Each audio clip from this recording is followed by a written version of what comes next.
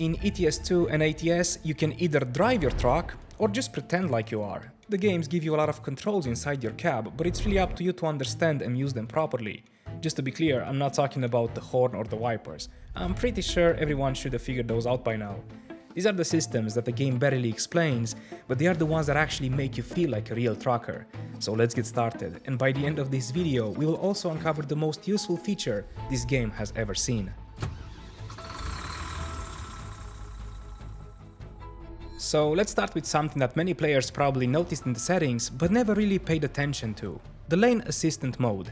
This system has two different options. The first one is the lane departure warning, which simply gives you an audible alert if your truck starts drifting out of the lane you're currently driving on. The second option goes a step further: the lane keep support, or actually steer the truck slightly to help you keep your truck inside the lane.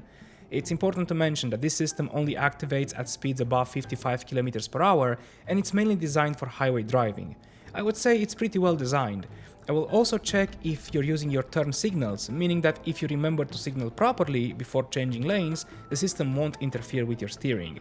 Now, don't get me wrong, this won't feel like a Tesla autopilot, and no, you won't be able to grab a snack while the truck keeps going, but it definitely helps during those long highway segments, where I know for a fact some of you probably have a movie playing in the background, or maybe you're doing it right now while watching this video. Next, let's take a look at the Hill Start Assistant. This is a really cool feature, and it was actually one of the most recent ones that was added into the game. If you ever stopped on a steep hill, you probably noticed how easy it is for your truck to roll backwards when you release the brake. The Hill Start Assistant solves that problem essentially by holding the brakes for you when you start moving, giving you enough time to start accelerating without rolling back. It's a small feature, but especially useful if you're driving with manual gears. It will make your hill starts a lot more smooth. Now, I especially want to talk about the cruise control. I know most of you already know what it does, but I don't think everyone uses it at its full potential. And just in case you were living under a rock for the past 70 years, cruise control is a system designed to maintain your vehicle at a constant speed without you needing to hold the throttle. And for a fun fact, this was invented back in 1948 by a blind American engineer, Ralph Teeter. He was inspired to create this because he was very annoyed by his driver's inconsistent speed. The more you know. Now, back to our games, there's actually a bit more to it. The system allows a speed tolerance of about 5 km/h, meaning that your truck can slightly accelerate or decelerate before adjusting the throttle again. It's extremely useful for maintaining a steady speed and avoiding fines, but also you can use it in more subtle ways. For example, let's say you're just leaving a city where your speed limit was 50 km/h. You can just tap the increase key 6 times and your truck will smoothly accelerate until it reaches 80. A real trucker would use this instead of his gas pedal more often than not. Just keep one thing in mind: if you're trying to maximize fuel efficiency, abusing cruise control on a big incline can actually hurt your mileage. Still, it's a very overlooked feature that can be used for more than just holding your speed. Next, let's talk about the auxiliary brakes, because in a real truck, the brake pedal is actually the last thing you want to rely on.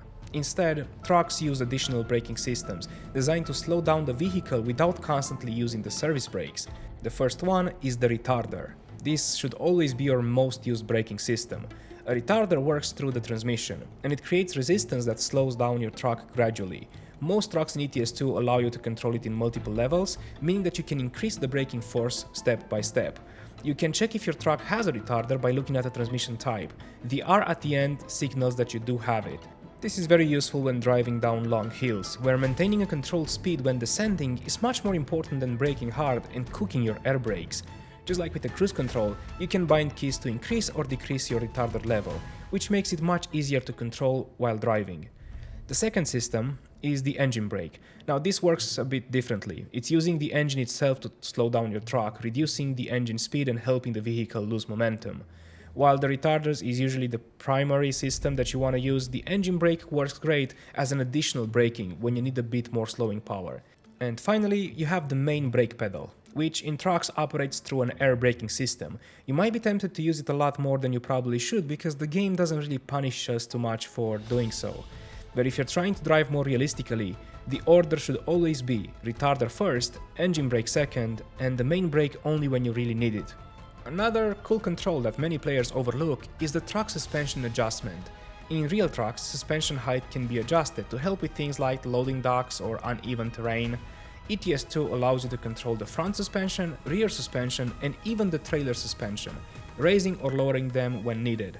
In most situations, you don't really need to touch those, but they can be surprisingly useful when connecting trailers, especially if the trailer height doesn't line up perfectly with your truck. Maybe you're using a modded truck or, a different kind of tires. It's a small feature, but one that adds a bit more realism to how the truck actually operates. Another interesting system that you can enable is the emergency braking module. This is a safety feature found in many modern trucks, designed to prevent collisions if the driver doesn't react in time. In ETS2, you can choose between two modes: vehicles only, where the system monitors the traffic ahead of you and it will automatically apply the brakes if you're about to hit another vehicle, or full detection mode, where the system will also react to the objects on the road, maybe a barrier. So if the truck detects a potential collision and you're not braking, it will step in and apply the brakes automatically. It's not something that you rely on all the time, and it can be annoying, but it's a small system that adds a bit more realism if you want to test it out. Next up is the differential lock. Now, in real trucks, the system locks the rotation of your drive wheels, helping the vehicle maintain traction when driving in mud, snow, gravel, or any other slippery surface. In theory, this should be very useful for off-road driving, but in ETS2, it's mostly more of a cool immersion feature than something you'll actually need.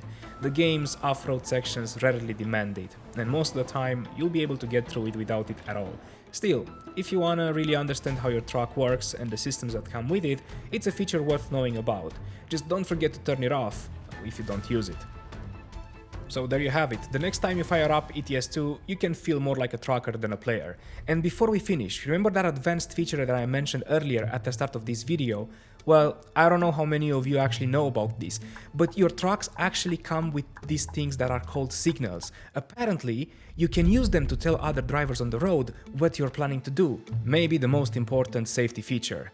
And make sure you always use them, because that's how you're always gonna stay safe on the road and keep on trucking. Cheers.